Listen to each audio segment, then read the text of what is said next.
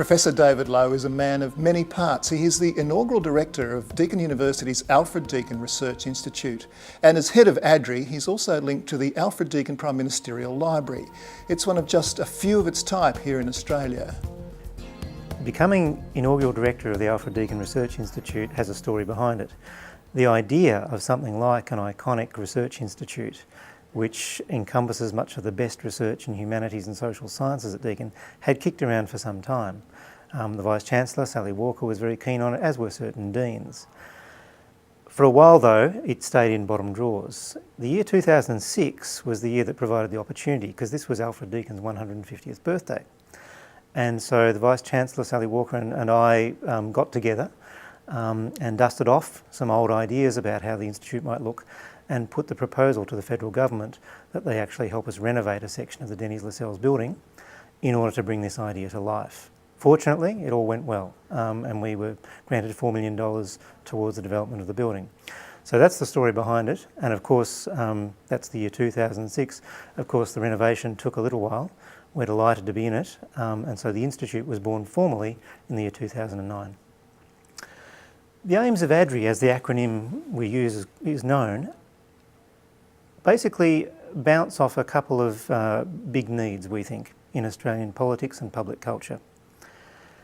In recent years, both in Europe, there's been a British report, a European Union report, and closer to home, an Australian report, in the last 3 or 4 years, all of which suggest that the humanities and social sciences aren't punching their weight when it comes to their impact on public policy. There might be some great scholarly work being done, but the way in which that work might find its way into policy is not fully realised. So with that in mind, ADRI aims to put together teams of researchers, often from across different disciplines, in ways that address questions of current public policy and public debate. Is it, for example, time to think about ways in which you can change people's attitudes in relation to the use of water?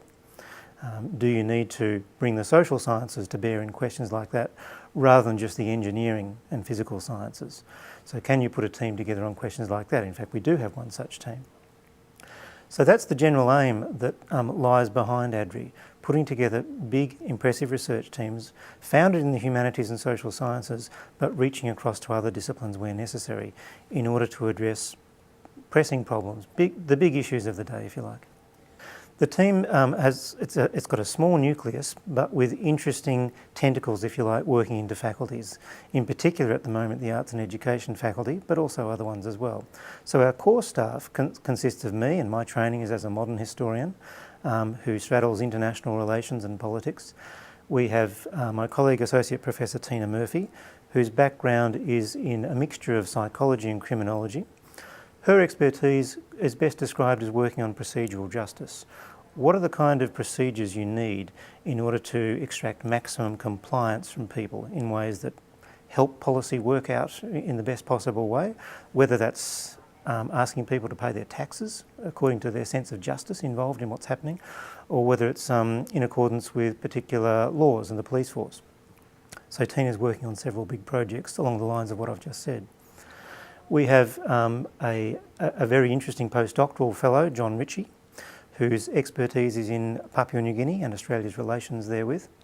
And John's working on the biography of Sir Ebia Olawale, who's one of those founding fathers, if you like, one of those who is most involved in the lead up to and the aftermath of independence in PNG.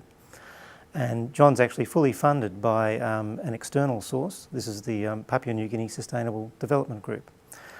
It's terrific to have John's expertise on board. In fact, we're building up quite an expertise on Australia's relations with changing Melanesia. Other member of core staff is Mark Macgillivray, who was, until very recently, the chief economist of AusAid. And Mark's expertise also can be brought to bear in the South Pacific region. But more generally, Mark, as a trained economist, is an expert in how you can measure some of what we might call progress towards well-being in underdeveloped countries. Mark's a great designer of indices and trying to assist us in measuring, as I say, progress towards Millennium Development Goals, addressing poverty, addressing gender equality, and so on and so on. So that's the nucleus of the team, and as I mentioned, we're very keen on ties with members of staff in particular faculties, especially the Faculty of Arts and Education, but also environmental sciences we're working with, the School of Business and Law and others. And that's the exciting thing about how we're expanding.